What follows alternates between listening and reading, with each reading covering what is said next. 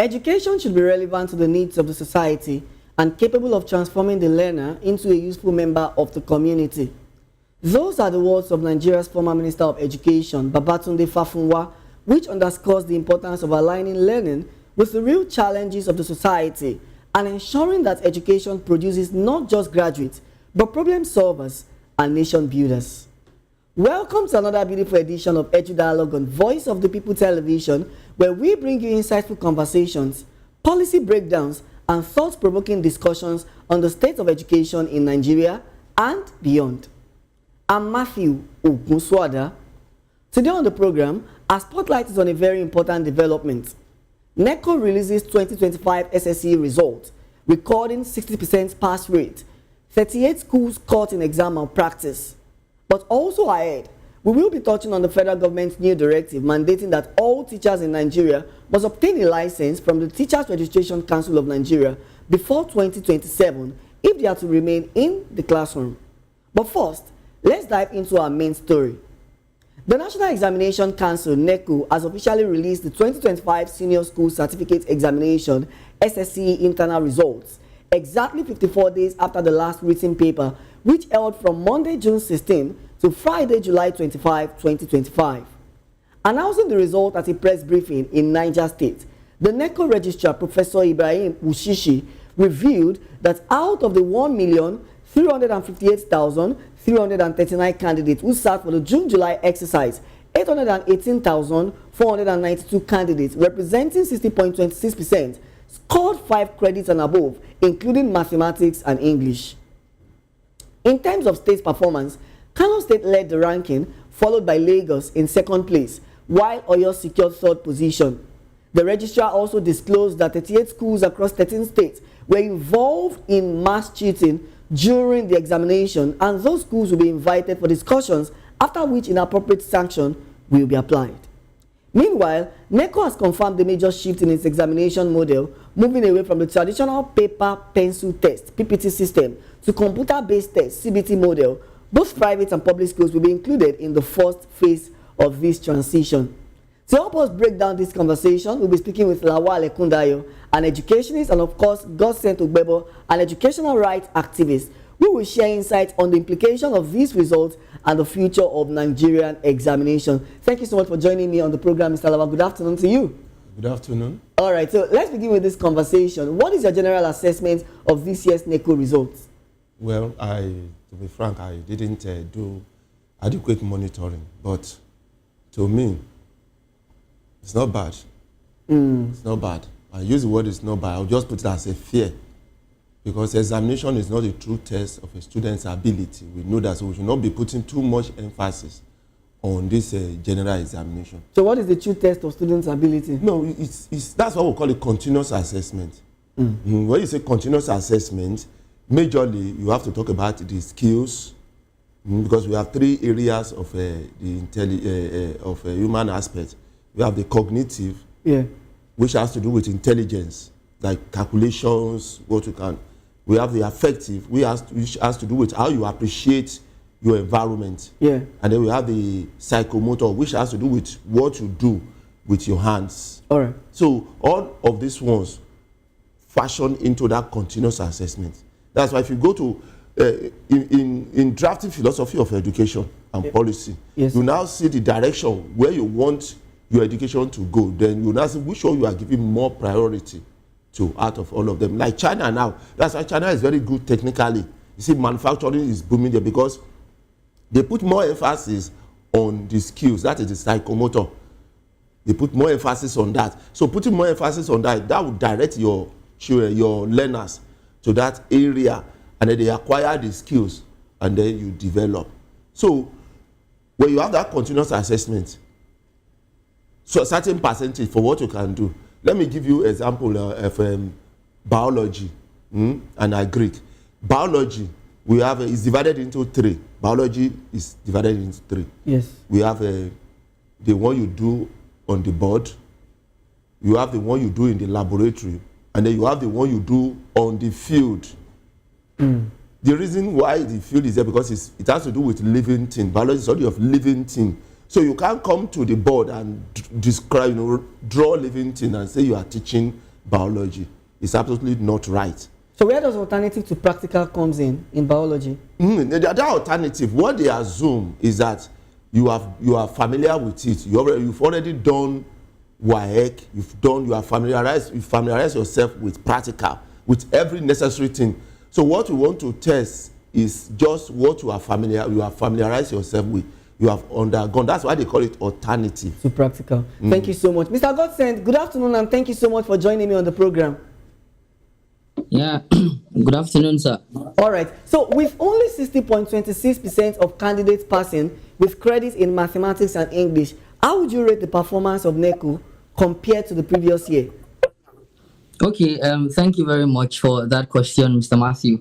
I would actually, sometimes when we talk about stuff like this, we should actually check it intrinsically, all right? Because to me, I feel the reportage prior to the release of this Neco 2025 results has been disingenuous, actually. In what way? Then, exactly, okay. But then I would first of all commend that, fine, we could say, one thing is that if we take a track record of 10 years, that is from 2016, at least, let's take a track record from 8 to 10 years, from 2016 to 2025 till now. If we should do an inventory check to observe, we would notice that we can commend this year's result to say, yes, it was actually good in terms of integrity.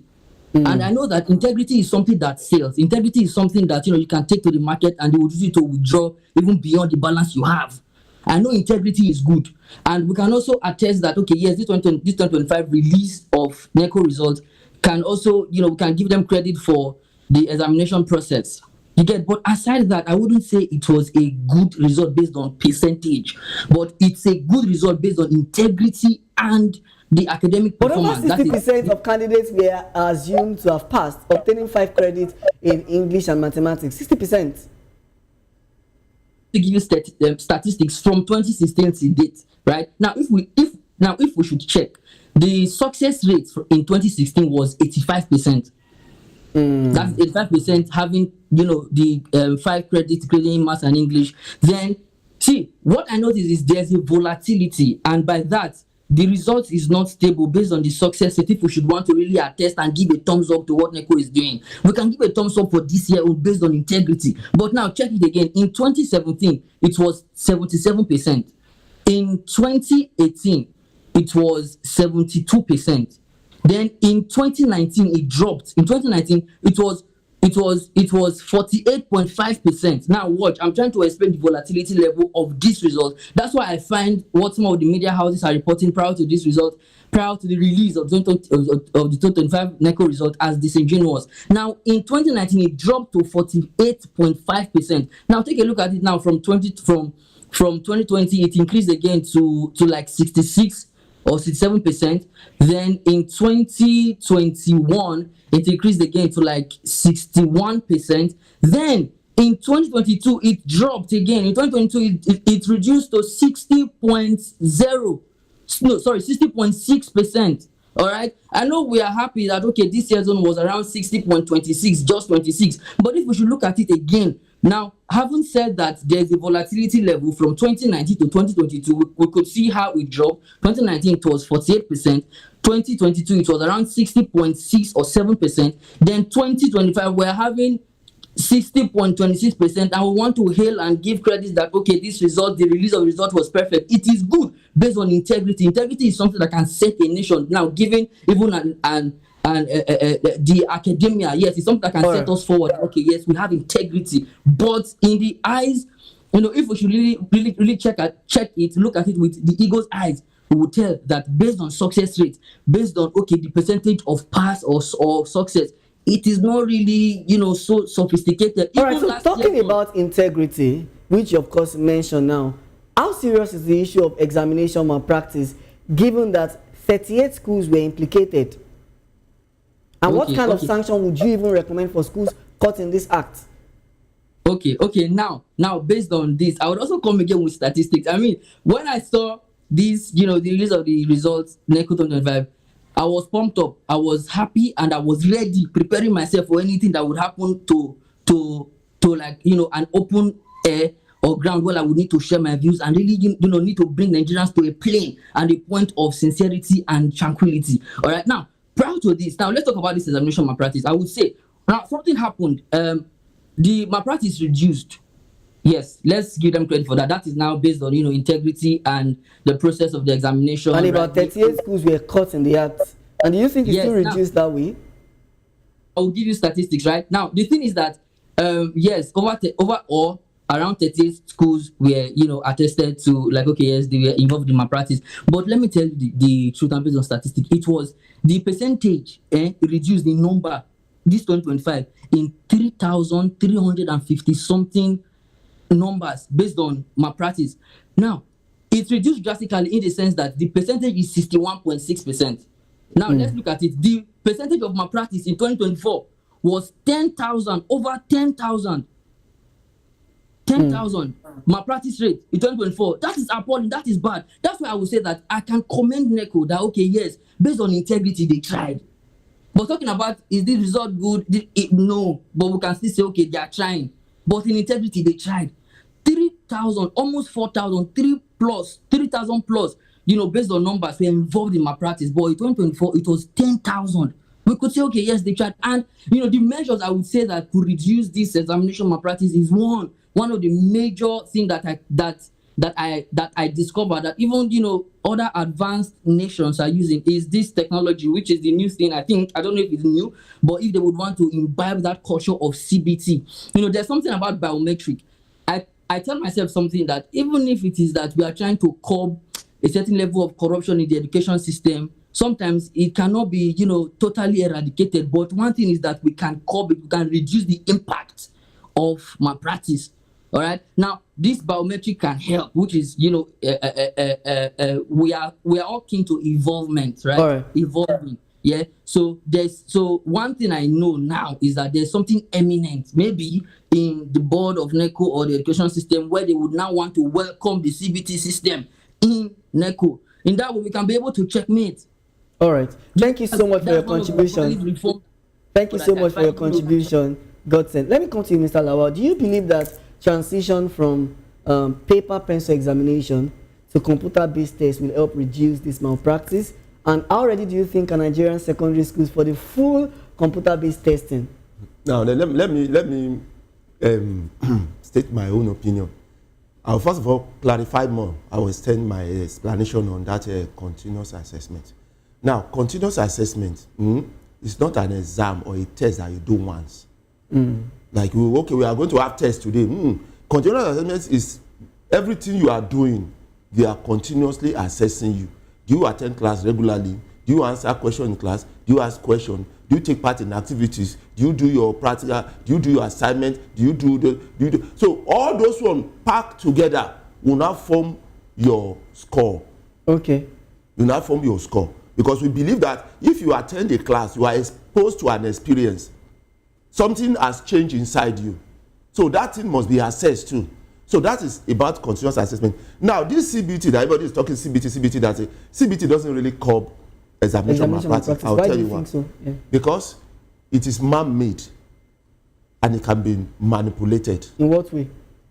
You can see what's happening in bank. You see cybercrime. Why do you call it cybercrime? Because they go through into the aspect of the computer, the programming, and do some changes. Yeah. They can do that to CBT too.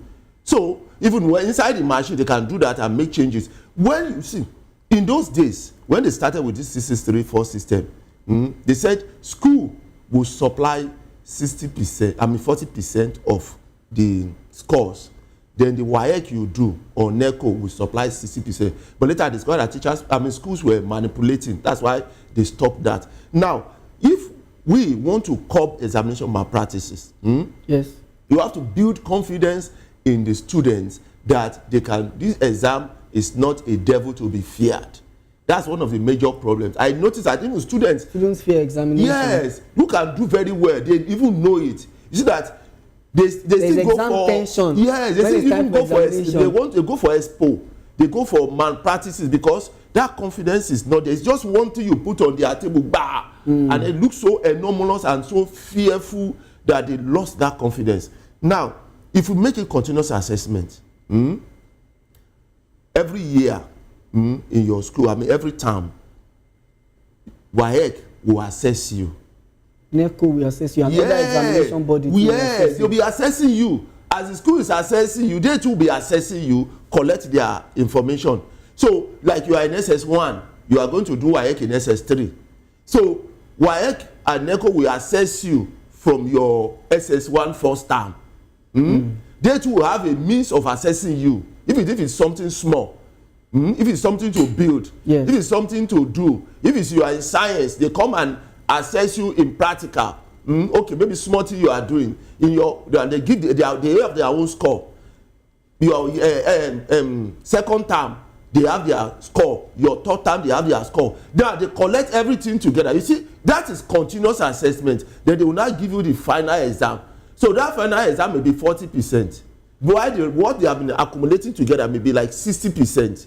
So by the time they now add everything together, you that have been doing it, you are already familiar with why you know that what they are going to give you in the exam is the same thing you've been doing from your SS1 first term. The same thing SS1 is accumulation of everything they are still going to give you at the end of the day. So that confidence they are something I've been doing. I've been scoring. Should be continuous. Yes, WAEC should be involved. Neco, the external body should be involved in the assessment of schools at every term.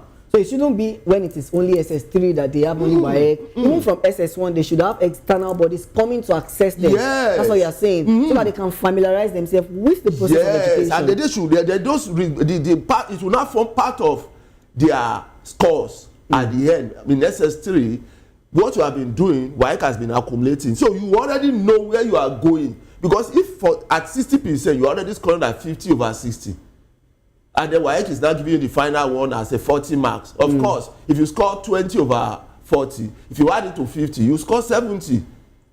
You understand? So the confidence will already be there. That's true. I already know what I'm scoring. So if you need to retake and to repeat, you will know yourself that the WAEC I'm not going to do well because I already know that I have not been doing well in my SS1. I need to repeat. By then, because I discovered that schools, many of them falsify results to promote the students. Many of them don't allow students to repeat. They just push them. So when you push and the student get WAEC, how will the student face it? When does that know that it's already having problem from SS1, SS2? It's not doing well. You now want, and you tell me that the student, even if you do CBT, I already tell the student, don't worry, just bring 100,000. I'll help you. I know how to do it in the computer, and they will hack into the WAEC this thing, and they will change everything. Will the student not give it? So in other words, you're advocating that continuous assessment should be taken, should be given priority even from the beginning stage to the early stage. That's when the student build the confidence, and then you already know where you are going. You already know what you are going to score. It's like university, your institution. You already know your GP from your 100 level. You already know where you are going. You graduate. So assessment should be continuous. Interesting conversation there. You're still watching Edu Dialogue on Voice of the People Television. We'll take a quick break now, and when we return, we'll turn our attention to the federal government's new directive that by 2027, all teachers in Nigeria must be licensed by the TRCN before they can teach in classroom. What does this mean for teachers, schools, and students? We will unpack that shortly. Please stay tuned.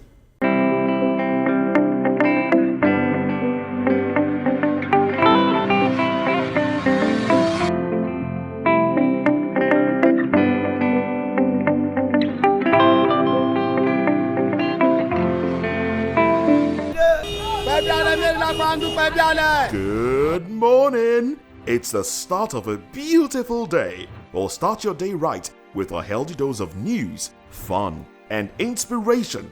Join us on VOP this morning for the latest news, trending topics, and uplifting stories to set your day on the right vibe. From news and current events to lifestyle and entertainment, you are covered. VOP This Morning, 8 a.m., Monday through Friday.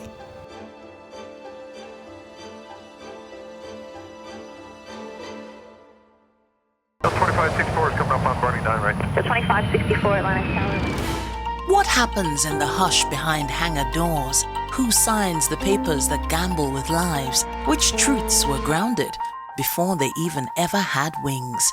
If you've ever buckled a seatbelt at 30,000 feet, if you've ever stared out of that tiny window and wondered who's really in control of the skies, it isn't just flight, it's power, it's politics, it's pressure sealed in steel.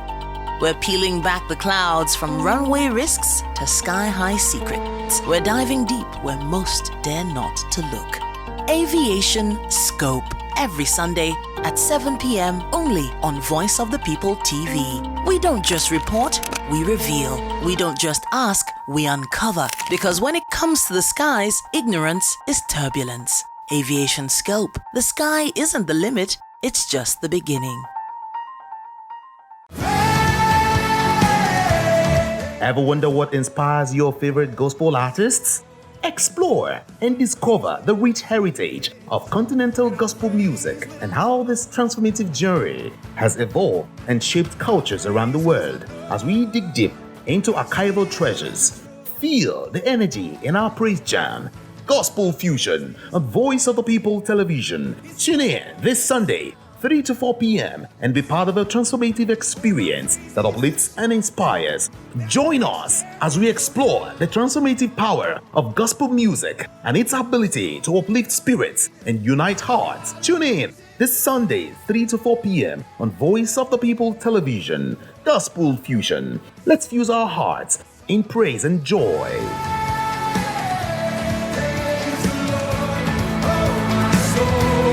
Voice of the People. You can hear me now. My name is Patrick Doyle, and I wish that you continue to echo the voices of the people. Big up VOP TV. My name is Soibifa Dokubo. Please keep watching VOP TV. Hi, my name is Kwekumali Ikenda Onyekwena, and I am with the Voice of the People TV. Now, if you're looking for the veritable channel for information, politics, robust discussions, you don't need to go far. VOP has you. VOP will always have you. Thank you. Hi, my name is Patrick Diabwa, aka Ibani Chuka, Amayanabo the Eagle King, and you are watching VOP TV. Stay with us.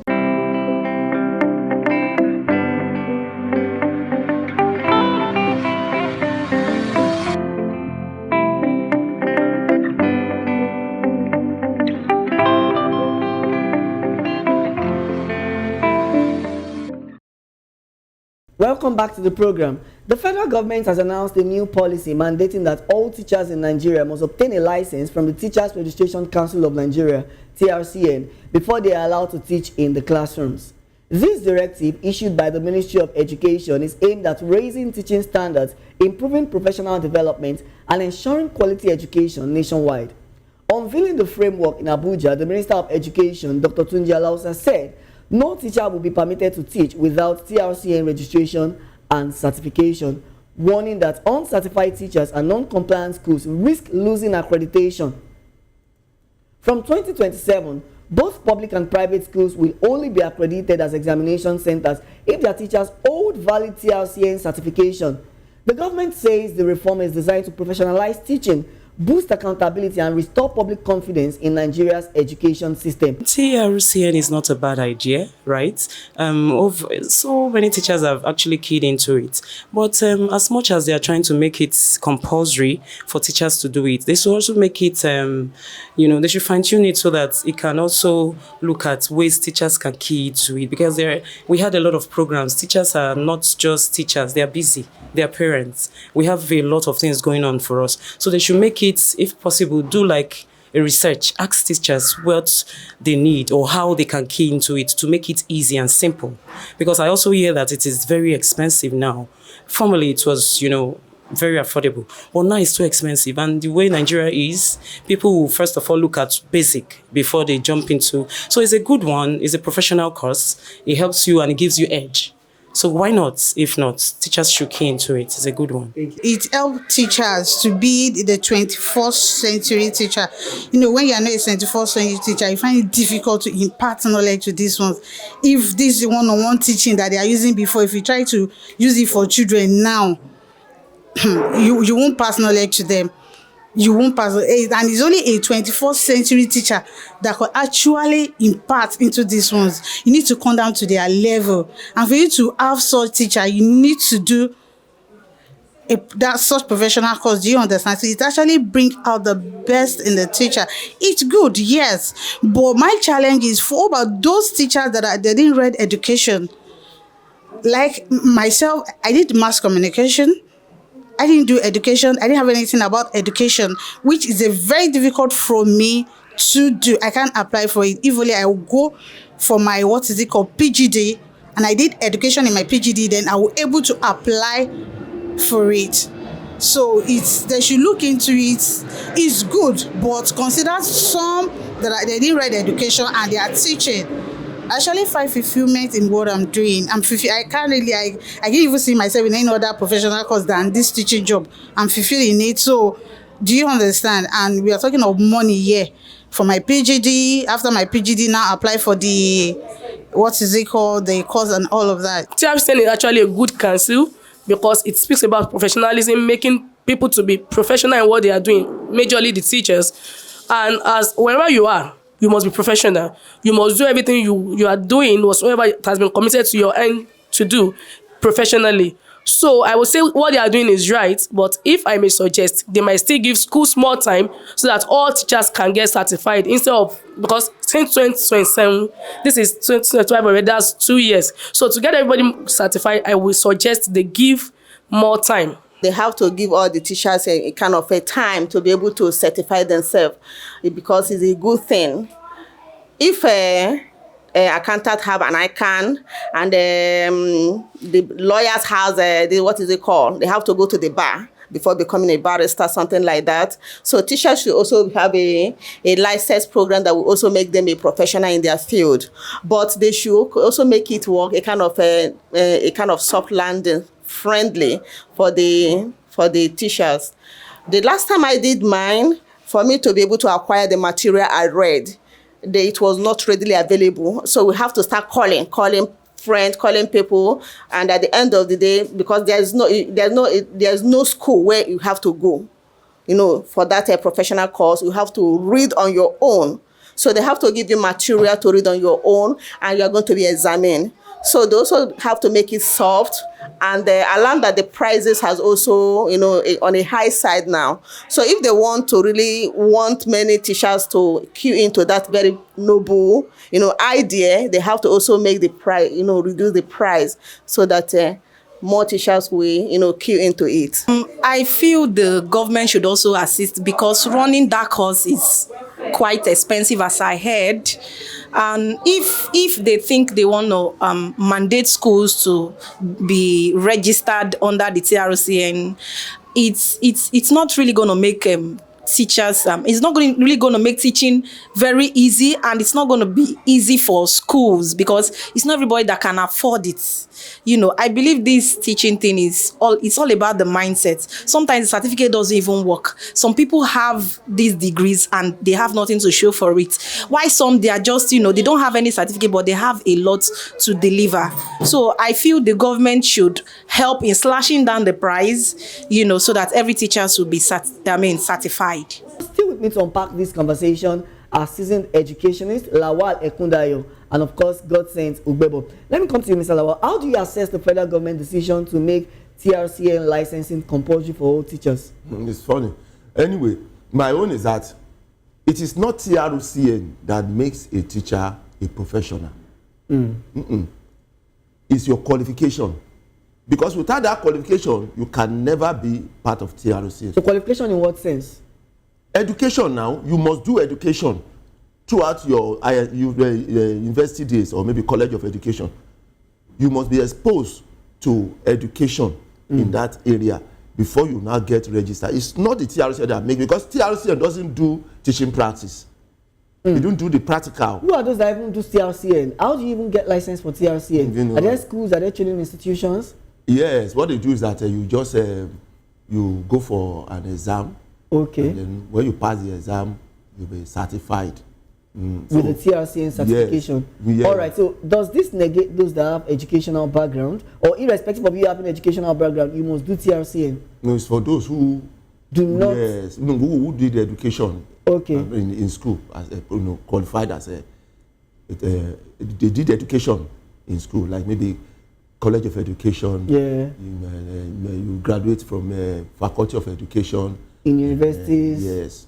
So do you not think that this reform will improve the quality of teaching in Nigerian schools? One thing, it's not that TCM will not improve the quality of teaching. But the thing is this. The focus should be the method, TRCN itself need reform before they can do this policy. You mean the Teachers Education Council? Yes, it needs reform, because I have not really seen what makes that TRCN professional body for now. Because you can't use exam only to make somebody a professional body. And then give certification.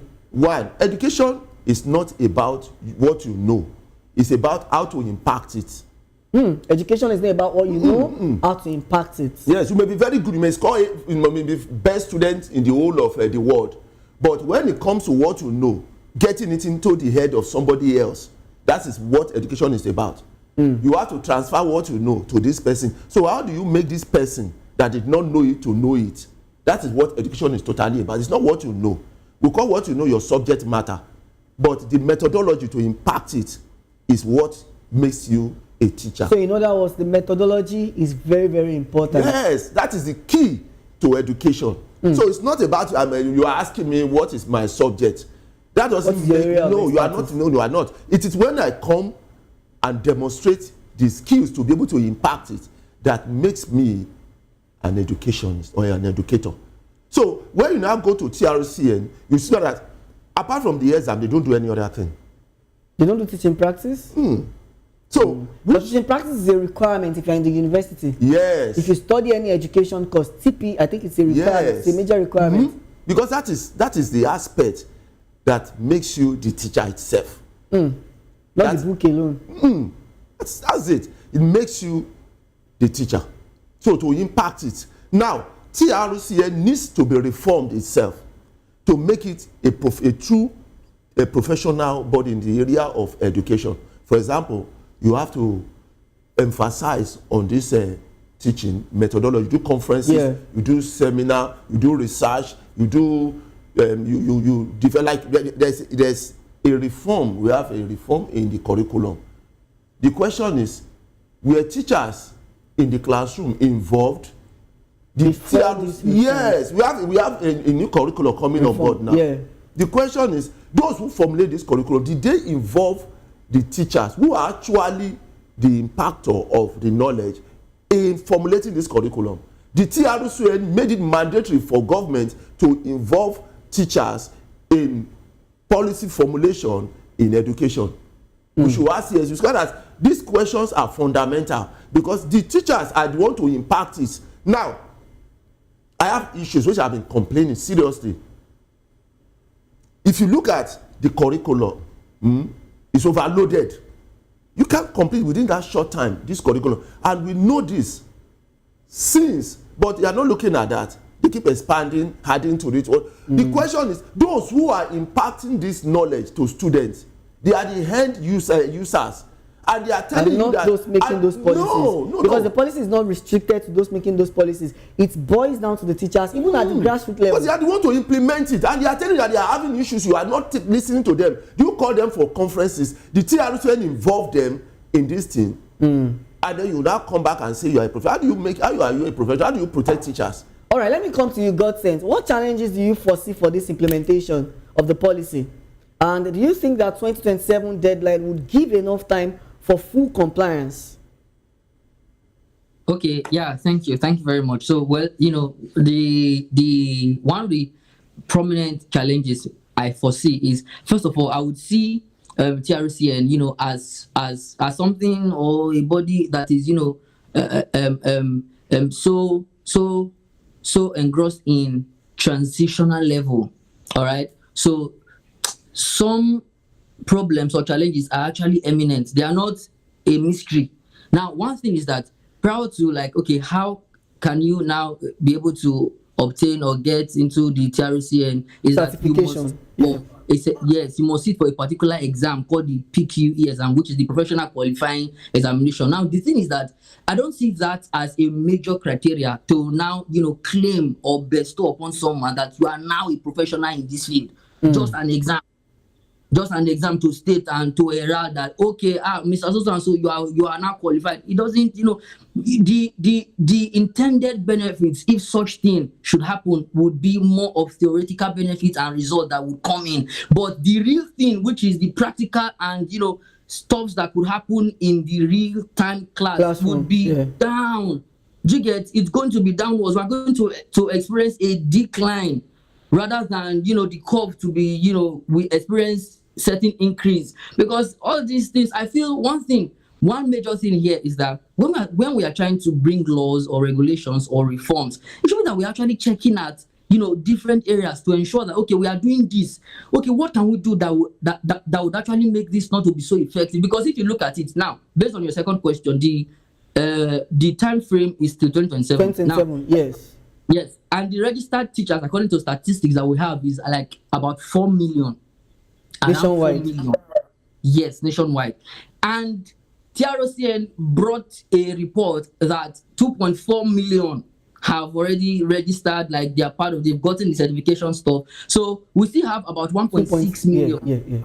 Are you following up? So, right, so I mean, what are the stakes? I mean, to what end? If we are trying to do this, okay, yes, the 2027, duration is okay. I mean, it's fair enough somehow if we should want to look at it, because we have like 2026, the 2027, and a little bit of 2025. So okay, fine, it's a good mark. But the intended benefits are going to be more theoretical than practical. I just wanted to ask, how do you think this policy would affect schools already struggling with shortage of qualified teachers? I was even coming to that, because it will surely affect them. There will be this. Now we first of all, let's address the economy and situation of the country. Now you are telling these teachers, some of these teachers, we could say that they are there based on passion, and we know that sometimes passion is not enough. So when you have passion for a thing, it should be that you should go to a place where you should be well schooled about that thing. Now some of these teachers are passion driven, not really. Okay, let me do this professionally, and now you are bringing you are stiffening and bringing certain rules to make it kind of difficult, to make everything hard. Teachers, some schools would definitely, they would experience low turnout of teachers. Teachers will leave some schools because of TRCN, because they do not have TRCN certification. So how might this reform impact students' performance and learning outcome if you are saying that teachers will leave some schools? Teachers will leave some schools. Now the impact it will have on students is that the truth is that we are in a world where we can be self-learned, and not everybody can actually do that. Not everybody have the ability to be self-learned, that is to learn by yourself, because we have tools and apparatus everywhere around the world, and even in the internet that can aid one. But the thing is that it should be that learning should not just be around what you can do by yourself or what you can do at home or in your community. It should also transcend to what you can get from the education system, which is in school. Now it would affect some students because they may not now be able to perform at top or peak level anymore, because take a look at it. Some of these students, they may have favorite teachers, who might as well not have the capacity TRCN licensing, which may be good, but may not have TRCN licensing. So when we talk about professionalism does not equate the saying that a certain exam called the PQE examination to now make you be certified that you are now a professional. No, I don't see this body or these things as something that should be so highly glorified. Okay, fine, we could say that, okay, we're having something like, when it comes to journalism, we have professional courses that you can take. Of course. When it comes to Nigerian Union of Journalists, Nigerian Institute of Public Relations, if you want to specialize, Advertising Regulatory Council of Nigeria, if you want to do advertising, and others. One we should also go about, to be a chartered accountant. There's something that it is that you can relate it with based on, a prominent or a very high standard certification. Now we can give it a plus that, okay, fine. TRCN, they are trying. That's why I said it is more like a transitional phase. They are trying to, that's why I feel the 2027 duration they gave is quite fair enough, given that we have those 1.6 million teachers, registered teachers that are who are yet to gain their certification. And to sum it all up, I would say that most of the benefits or the result that we will see can, in quotes, be more of theoretical. rather than we seeing results happening in the lives of students, because impact is what matters. It's not about you knowing a thing. It's how, just like the guest said with you there in the studio, it's not about how you know a thing. It's about how can you be able to bring that thing out so that people or students can understand. Because one thing I know, in sourcing submission, one thing I know is that communication is not for argument. Communication is for understanding. So how can you now be able to communicate what you know so that people can now be able to understand, which is the student? Do you understand? So Beautiful. This PQE examination and TROCN, the thing they're trying to do, may not really be so much of something that would hold water, that would be so strong to say somebody is now qualified to be a professional teacher or something like that. I don't know, but left for me, I would say that I can perceive some things going on under the carpet, and not to deliberate more on it. So I think All I'll right. just. All right, thank you so much. So, Mr. Lawal, let me come to you. What reform beyond licensing do you think are needed to transform Nigeria's education system? One, we need to go back to the policy. The policy of education is outdated. It doesn't conform to modern standard. We need to go back to that policy. We need to redraft the policy. We need to reshape it to what we want this country to be in the next 200 years. We need to reshape it to that and then begin to steer it to that area. One. Second, we need experts regularly to continue to look at education. What do we need to reform in it? And anytime the government is making policies, they need to involve classroom teachers along with these policies, because they are the end users. They are the one who get close to the students. So they know what they are, the point in which they transfer the knowledge to the children. They are the one that can tell us what is going on at that point, whether it's actually getting to them or not, so that they can send the feedback and then there can be a reform. Second, we need to work on our education system. All this exam, the trials, whatever. If the moment the school, our institutions are well standard, are well monitored, their product will be very good. Yes. Their product will be very good. So from there, they are passing out. You are already a member of TROC. All you need to do is just get registered. Even from the university. You don't need to start doing another exam, because you've already gone through all the exams, done all your tests and everything. The school has already certified you. So the moment you get your certificate, you just register. You are just automatically a member. All right. Thank you so much for your contribution, Mr. Lawal. Thank you very much. All right, Mr. Godson, thank you so much for your contribution on the program. Thank you. All right. You're still watching Edu Dialogue on Voice of the People Television. We'll take another quick break now, and when we return, we'll bring you top stories from Nigeria's education sector. Please stay with us.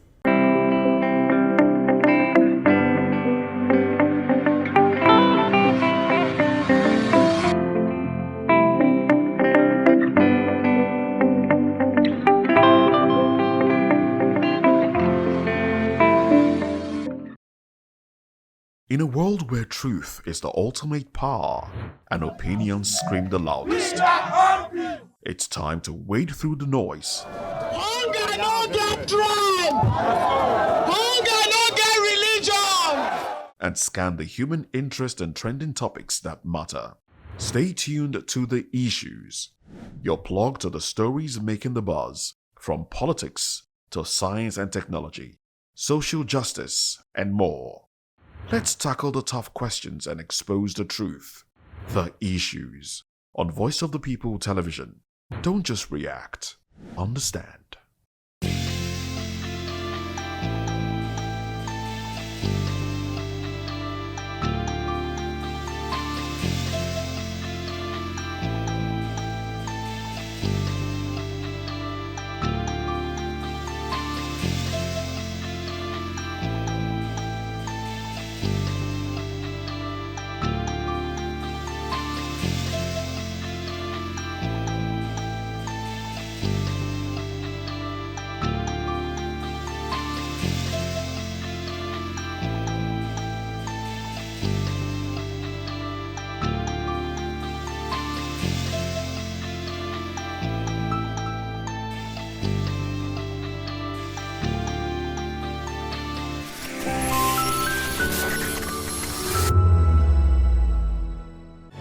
we encourage you to click on the like button and subscribe to our YouTube channel. We are Voice of the People TV. Also follow us on all our social media platforms. We are at VOP TV Live. Visit our website www.vop.ng for fresh and trending news. Also watch us live on SLTV channel 264. VOP TV, Voice of the People Television. Everybody keep watching Voice of the People. All right? Love you all. Hello, sweetie. What's going on? My name is Kiki. Keep watching VOP TV. Thanks. Hey guys, what's going on? Olumide Oru, the Fresh Prince of Lagos here, and this is VOP TV, guys. Hello guys, I want you to please keep on watching VOP TV. Ladies and gentlemen, my name is Hafiz Oyetoro. Please keep watching VOP TV. Shout out to VOP TV. Very big shout out to the fans and lovers of VOP TV. My name is Tayo Faduro. I'm an actor that you are going to live to love. Keep watching. Cheers. Hi everyone, so shout out to VOP TV.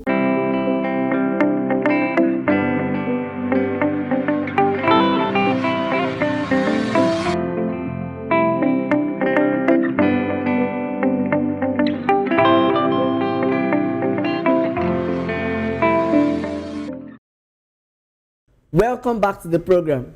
The Joint Action Committee of the Non-Academic Staff Union of Universities, NASU, and the Senior Staff Association of Nigerian Universities, SANU, has issued a 7-day strike notice to the federal government. In a letter addressed to the Minister of Labour and Employment, Mohammed Dinyagi, the unions gave government 1 week to resolve pending labour issues or face industrial action. The letter, signed by NASU General Secretary Peter Adeyemi and SANU President Mohammed Ibrahim, listed grievances including 50 billion naira in earned allowances without salaries, unpaid arrears of a 25 to 35% salary increment, and the stalled renegotiation of the 2009 Federal Government of Nigeria NASU-SANU agreement. The unions alleged that while university staff received allowances, members in inter-university centers were completely excluded, while accusing the government of sidelining non-teaching staffs in the renegotiation process. The union said that if their demands are not met, NASU and SANU will embark on strike action.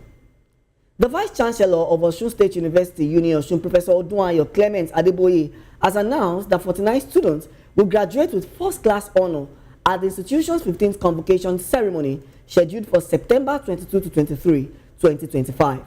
Speaking at a pre-convocation press conference in Osogbo, Adeboye said a total of 2,851 degrees and diplomas will be awarded. This includes 2,505 first degrees, 1 postgraduate diploma, 283 master's degree, and 62 doctoral degrees. The Vice-Chancellor noted that the convocation will also feature the commissioning of new university projects, including the Senate building, a Faculty of Computing and Information Technology building, and lecture theaters across campuses. And to wrap up the news, let's tell you that Mandarin, the official Chinese language, has been included as one of the international languages to be offered in Nigeria's senior secondary school under the newly reviewed curriculum. The announcement was made by the Education Secretary of the Federal Capital Territory Administration, Dr. Danladi Ayu, at the inauguration of a Chinese corner at Government Secondary School, Tudun Wada, Abuja. The project, sponsored by China Civil Engineering Construction Corporation, brings the number of such centers in the FCT to 14. Ayo said that the initiative has enhanced cultural and educational exchange between Nigeria and China, noting that Mandarin is now widely recognized as a language of commerce, education, and tourism. That is where we leave it on this week's edition of Edu Dialogue on Voice of the People Television. Join us next week as we continue to unpack the policies, challenges, and opportunities shaping the future of learning in our country. Do well to subscribe to our YouTube channel. On YouTube, we are Voice of the People Television, and across all other social media platforms, we are at VOP TV Live. If you witness news happening near you, we want to hear from you. So send your eyewitness reports, event coverage requests, photos or videos directly via WhatsApp to 0814-606-4057. You can also reach our newsroom via email at news@vop.ng. I'm Matthew Ogunsoada saying thank you for watching, and until next time, remember, a nation that invests in education invests in its future. Bye for now.